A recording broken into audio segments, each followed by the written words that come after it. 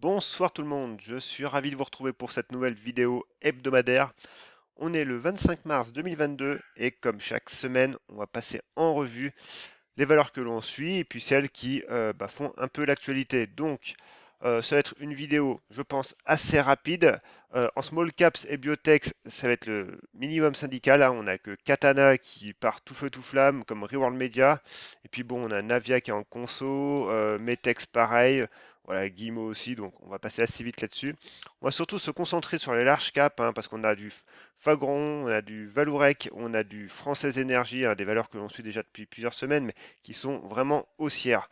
Donc moi, comme vous le savez, hein, depuis quelques semaines, je suis un petit peu en dehors des marchés. Pourquoi? Parce que j'ai quand même pas mal d'activités à côté, notamment avec mon travail surtout. Et puis, ben voilà, j'ai beaucoup de choses à faire aussi à droite à gauche. Donc, j'ai pris un peu de recul. Néanmoins, je conserve toujours des lignes, hein, vous le savez, comme Reworld Media, Média en technologie aussi. J'ai une petite ligne aussi, pareil, qui me reste. Et j'en ai encore une. Et Guimau, voilà. Donc, avant de commencer, bah, comme à chaque fois, vous le savez, hein, j'ai un compte Twitter qui est rattaché à cette chaîne hein, YouTube et aussi un site internet. Donc, mon compte Twitter, c'est Ben de Lyon. Donc, je poste des graphes hein, régulièrement. Alors, quotidiennement, quand l'actualité s'y prête, mais voilà, quand il n'y a pas grand-chose à faire, eh ben, je ne poste pas non plus pour ne rien dire. Donc, un site internet où vous pouvez vous former à l'analyse graphique, hein, clairement, voilà, vous avez tout un ensemble de cours en libre accès, plus deux livres premium. N'hésitez pas à y faire un tour. Bon, si vous me suivez régulièrement, vous le connaissez très bien ce site. Mais voilà, je crée du contenu régulièrement, donc ça aussi c'est un gros travail. Donc j'en profite pour également créer du contenu en ce moment et me former. Hein. Donc il y a un livre aussi hein, où j'ai écrit un article là-dessus, qui est vraiment top là-dessus. Donc je vous laisserai découvrir sur le site. Donc, on va commencer tout de suite par le CAC 40. Donc, évidemment, mes avis hein, ne sont que mes analyses ne sont que des avis personnels. Hein, vous le savez, ces avis n'engagent que moi. Donc, la semaine dernière, je disais qu'on a vu un bon rebond et que là, on allait entrer dans le vif du sujet cette semaine. Bah voilà, cette semaine, en fait, on n'a pas fait grand-chose. On latéralise hein, entre les 6550 points et les 6900 points à quelque chose près. Donc, surtout, en fait, c'est 6000, oh, oui, 6700 points surtout. Ouais, voilà. Et surtout que on a ce gros niveau là, hein, des 6800 points avec la M200, la M50 qui reste en résistance avec la bande de Bollinger supérieure qui arrive également. Puis on a cette oblique baissière. Donc voilà, les 6800 points pour l'instant restent quand même un noyau dur. Par contre, on voit qu'on est revenu en zone de neutralité. Oui, ça se confirme hein, au niveau du RSI. On est parfaitement à 50. Voilà pour le CAC 40, il n'y a pas grand-chose à dire en fait. Hein. C'est une semaine de conso. Tout comme le CAC Mid et Small Caps, on voit, hein, on a notre niveau ici, hein, des 14 700 points. Bah, c'est pareil, on le tient, mais on est en résistance également au niveau des 4000, des 15 150, 15 200 points ici. Voilà, toute cette zone-là. Donc c'est pareil pour l'instant. On a fait une belle reprise en V. Maintenant, il faut que ça se stabilise et qu'on consolide et qu'on voilà, on fortifie un peu ces niveaux actuels. Médian technologie, comme je l'ai dit, pas grand-chose. Elle se stabilise aussi. On est toujours sur le niveau des 11,50 en zone de support avec la M20. Donc voilà, les bandes de Bollinger restent assez larges. Donc il faut encore quelques semaines pour qu'on retrouve une configuration décemment intéressante sur Médian technologie si vous cherchez un point d'entrée. Mais en journalier, pour l'instant, c'est plutôt la patience qui prime. Katana, Katana, magnifique. Hein. Alors là, franchement, en ligne droite, on ne peut pas mieux faire avec une augmentation des volumes. Hier, j'ai mis un graphe sur Twitter comme quoi, ben voilà, cette zone-là, qui était une zone des plus hauts récents, était une zone de résistance.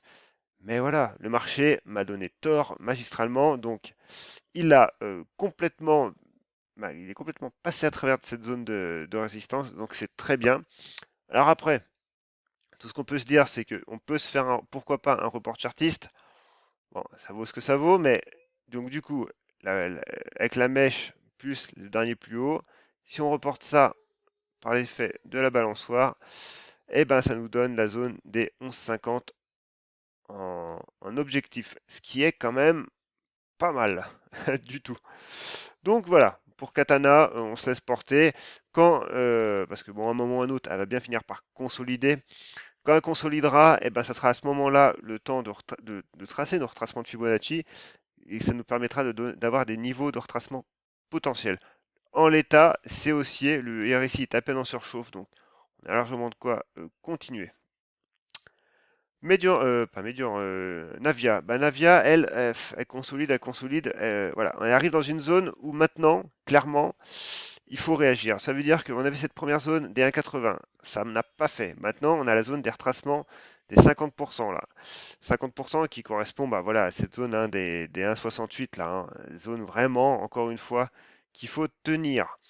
Bon, on voit que la M200 est toujours en résistance, hein, donc c'est pareil. Il y a eu un petit peu, il y a 2 semaines, une hype hein, là-dessus, un mouvement spéculatif, c'est très bien.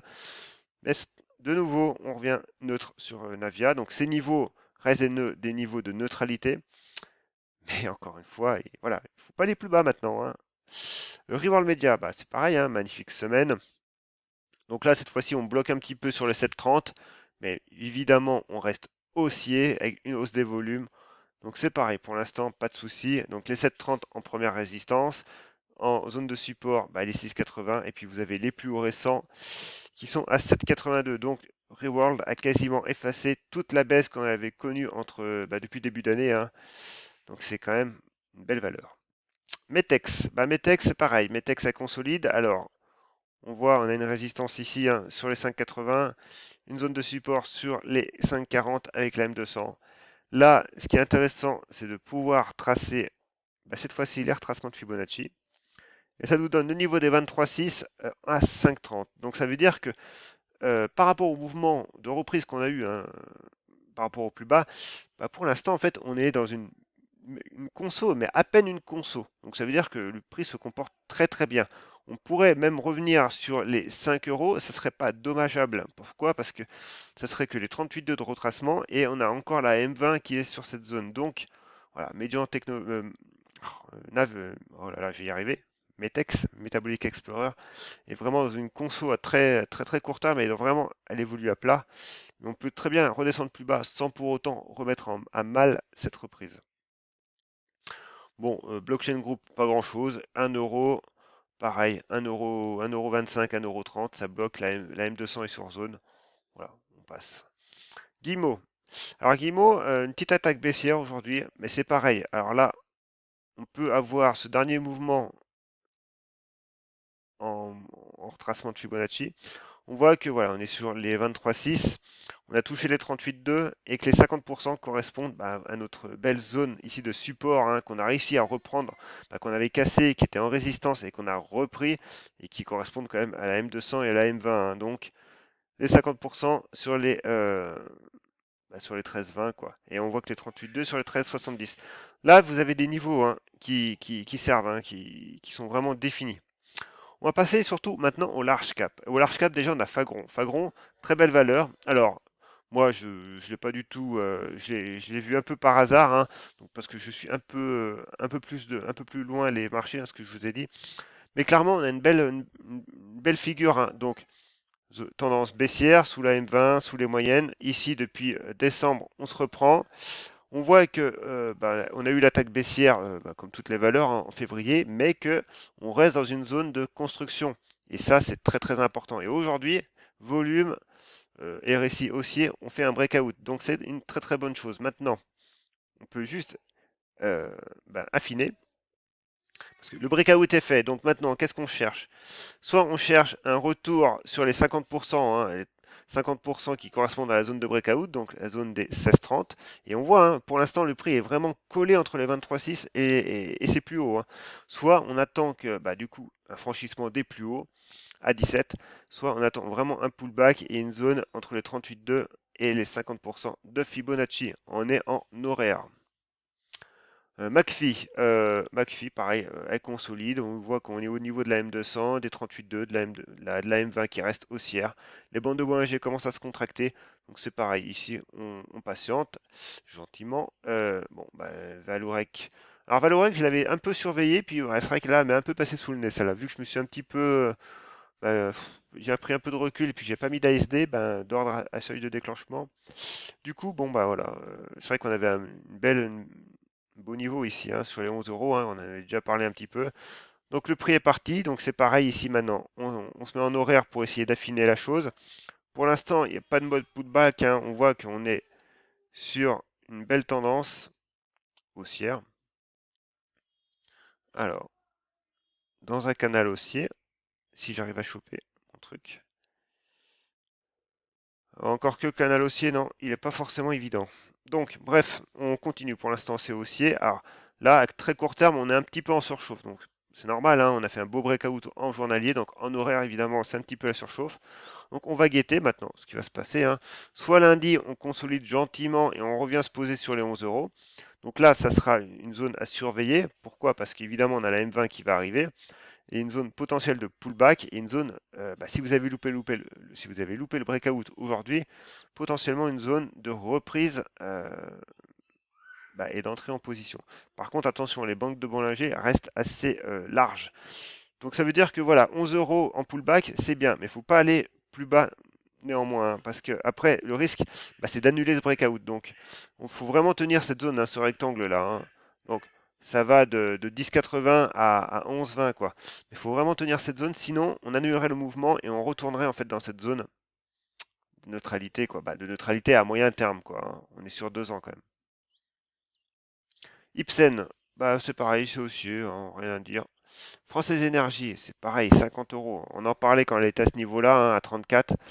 Voilà, elle est partie, elle a fait. Alors là, j'avais tracé. Alors, vous en faites pas, si vous entendez mon petit garçon derrière, c'est normal, hein, il est sur le tapis devant mon bureau et il s'amuse comme un fou. C'est hallucinant. Il a un tambourin, il aime que ce jouet. Donc, bref, du coup, on voit bien, hein, ici le retracement que j'avais tracé en février. Les niveaux, hein, les 38,2, les 23,6, les 38,2, les 50%. Voilà, on voit bien que les niveaux de consolidation sont, sont vraiment marqués, quoi. Donc elle, on continue, hein, on se laisse porter, hein, du coup, il n'y a pas grand-chose à faire, hein. Là, on voit qu'on a les 45 ici, qui est un niveau un peu plus solide. En niveau plus court terme, vous avez ce niveau-là, hein, des 47,5 aussi. Et voilà, on se laisse porter. CGG, alors CGG, elle revient sur son niveau des 1 euro, et là c'est pareil. On voit que ça avait un niveau qui avait été déjà travaillé, hein, donc en juin 2021, mais surtout en mars 2022. Donc c'est pareil, soit elle va passer en force, soit de nouveau elle va consolider. Et clairement, on a un niveau là, le 1 euro, puis en plus c'est un seuil psychologique à surveiller.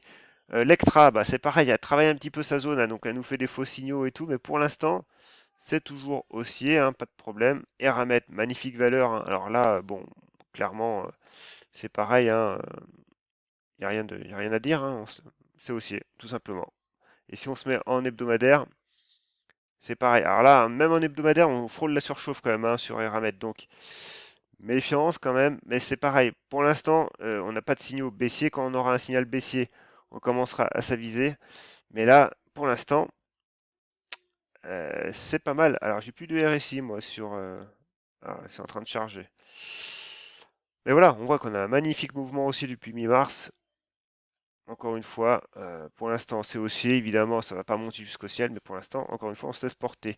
Visiative, magnifique valeur aussi, hein, qui a eu son breakout, je crois. Toc, toc, oui, oui, voilà. Ici, en hebdomadaire, donc c'est pareil. Les 38 en objectif. Maintenant, ici, voilà, c'est le breakout est effectué. Soit on part en mode fusée, bon là, il n'y a plus rien à faire. Soit on guette un pullback potentiel, puis on voit, on a la M50 et la M20 qui arrivent. Donc à surveiller ce niveau-là, hein, des 29 euros, 30 euros, encore une fois.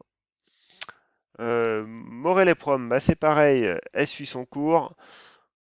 C'est aussi, alors elle, bon, j'ai un peu les boules entre guillemets parce que je m'étais fait sortir ici de pas grand-chose et puis du coup elle est partie derrière. Bon, alors j'aurais eu d'autres occasions de rentrer, hein, comme ici, hein, mais clairement j'étais pas devant mon PC à ce moment-là. Et puis enfin la dernière, alors là c'est tout l'inverse, c'est Esker.